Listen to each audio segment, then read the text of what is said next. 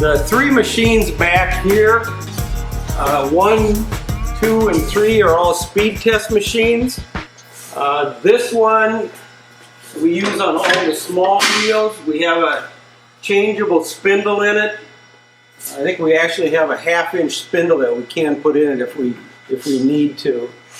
The red machine is the one we use probably the most. It'll take wheels up to 36 inches in diameter.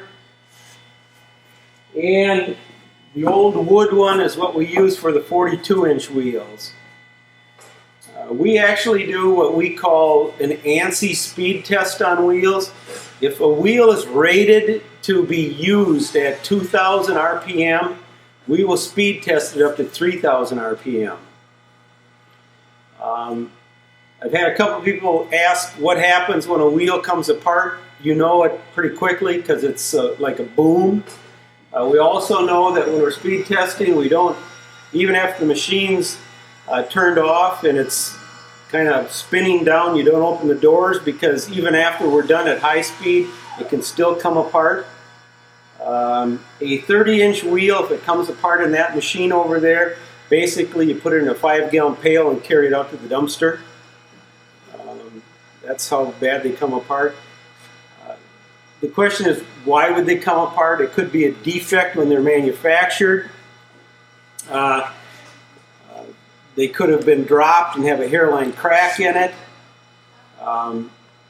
Even after we're done with it, we do it for our protection.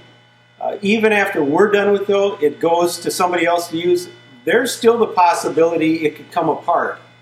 And the reason, the most logical reason, is the flanges or arbor plates that they're using to tighten the wheel into the machine, it's got a burr on it or something, and they tighten it enough that it actually puts a crack. That's why we send blotters with stuff. That blotter is kind of a gasket that's supposed to take up some of the imperfections.